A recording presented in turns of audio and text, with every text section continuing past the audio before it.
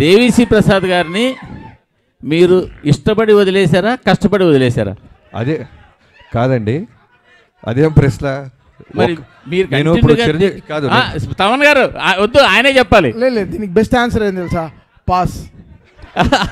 అలా కుదురుతుంది కాదు సార్, మీరు బలవంతంగా వదలాల్సి వచ్చిందా లేకపోతే ఇష్టపడి వదిలేరా? కాదండి, నేను 6 సినిమాలు చేస్తే 6 హీరోలు మారారు.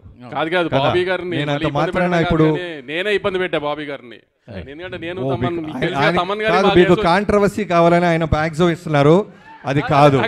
మీకు తెలుసు కాంట్రవర్సీ కావాలని ఆయన ప్రయత్నిస్తున్నారు. ప్లీజ్ కాంట్రవర్సీ కాదు, అది సరైన ఆన్సర్ ఇచ్చారు. నేను ఇష్టపడి తమన్నా ఇప్పించాను చెప్పారు, కరెక్టే కదా. నన్ను తమన్నా దేవి అంటే నేను తమన్ అంటాను కదా, అలానే నన్ను అడిగారు తమన్నా దేవి అని తమన్నా నన్ను అయిపోయింది. అంతే, కరెక్టే. మీరే అది కాంట్రవర్సీ ఏం కాదు. కాదు ఒక డైరెక్టర్గా నన్ను అడిగా నేను చెప్తా.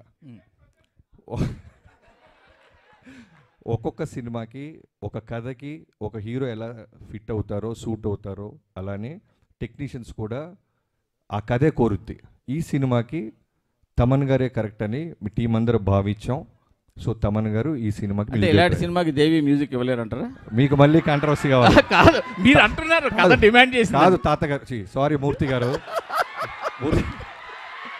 కాదు మూర్తి గారు, మీరు ప్రతి ప్రశ్నలోనూ వెతుక్కుంటే దానికి సపరేట్ సిటీకి పెడతారు. ఎందుకంటే ఒక సినిమా రాయడానికి ఎంత కష్టపడతామో కాంట్రవర్సీ సైడ్ వస్తే మేము కూడా కొంచెం కొద్ది గొప్ప మీలాగా సపోర్ట్ చేయగలం.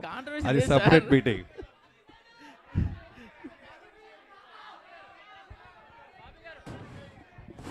Bobby, it is for you.